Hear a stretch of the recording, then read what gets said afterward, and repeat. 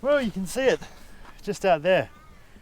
We are on our way to do the Bald Head Trail walk. It's a 12.5 kilometre return walk that takes 6 to 8 hours and takes you out onto this headland called Bald Head and back. And supposedly the views are pretty good. You should be surrounded by ocean on 3 sides. So yeah, I'm looking forward to it.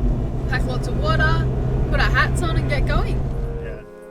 The Bald Head Trail is a class 5 walk, but it starts off nice and easy with a graded path. So starting off Bald Head, gentle incline. Up the pathways is the first rocky outcrop, where you get the first view of the ocean on both sides of the peninsula. Made it like 200 metres.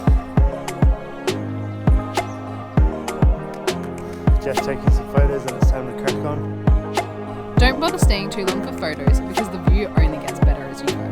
After the outcrop, the path continues a little way before dropping off onto dirt, and it finally feels like you're a part of nature. Such a pretty view. And we're going downhill now, so a bit of an easier bit. So I think that is the goal. Bald Head. Yeah, that's it. That's the goal. Since you clearly like hiking, why don't you join us on our journey too? Hit the subscribe button and let's get going. The trail kept alternating between being wide open with fabulous ocean views and being tucked away in a forest of wildflowers. As we got further along, the trail started turning to sand and getting skinnier and more overgrown. Yeah, the wildflowers are in full force. Absolutely spectacular. It's pretty awesome how 1 second you're on an open headland with a beach on both sides, and then the next step you're walking through big trees surrounded by greenery. Fantastic. So we're about an hour in and probably a quarter of the way there. Yeah, it's hard to tell. There's no markers or anything, but I'm just judging from how far it looks from the end. But it's a fantastic trail so far, and it's not too hot a day, which is awesome. Look at the big peppermint trees growing right all the way out here. Oh, you can see it just out there. Back within eyeshot. Motivation.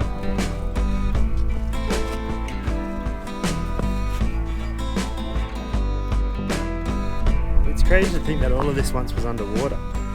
You can see all sorts of corals and roots fossilized in the limestone. The trail started off with sort of like a wooden boardwalk that they'd put in, which was super easy to walk along, and then progressed more into like gravel and rocks, and now it's turned into this beautiful white sand. That's really hard to walk on. Yeah, sand is not easy to walk on, but well worth it for this view.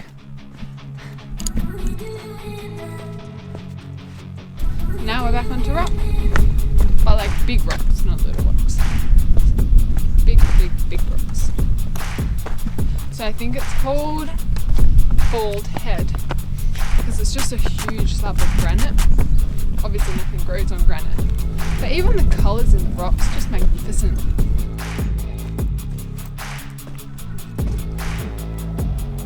Jeez, his bum's sliding. Oh my god. I just slid on my shoes. Got really hard and slid. Huh? Hold on, I'll film you.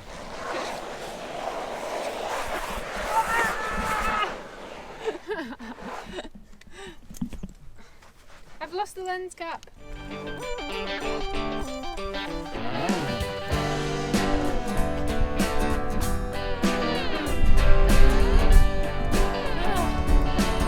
What an awesome view. It's pretty great. And that's the end, so we can't be too far. Famous last words. You're up high. Good view of that island with the lighthouse though. Huge pile of rocks. Come on. Woo! Made it! Bald Head. Water on 3 sides. That's sick. Wow, we came all the way from that huge granite headland, which was the first hill we climbed. Whew. Awesome. That was fantastic. It's an awesome walk. I mean, we're obviously not done.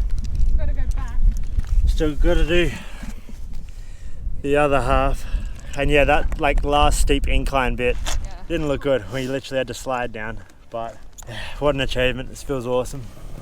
It had taken us about 2.5 hours to reach Bald Head and took a similar amount of time to return. As predicted, the hills on the way back were a lot more challenging.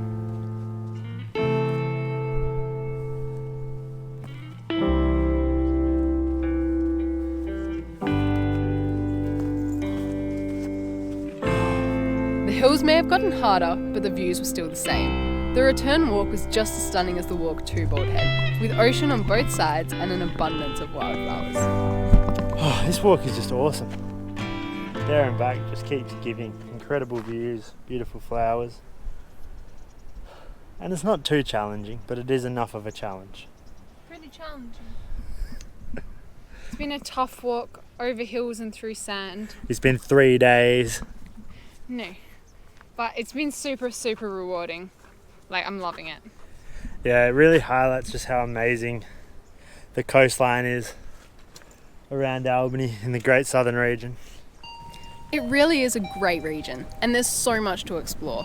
In next week's video, we'll be making our way through Denmark and Walpole, stopping at some of our favourite places like West Cape Howe and Elephant Rocks. We continue on our search for free camps as we still have nothing booked, and we find some real gems along the way. Don't forget to subscribe and check back at the same time next week so you don't miss out. Are you cold? So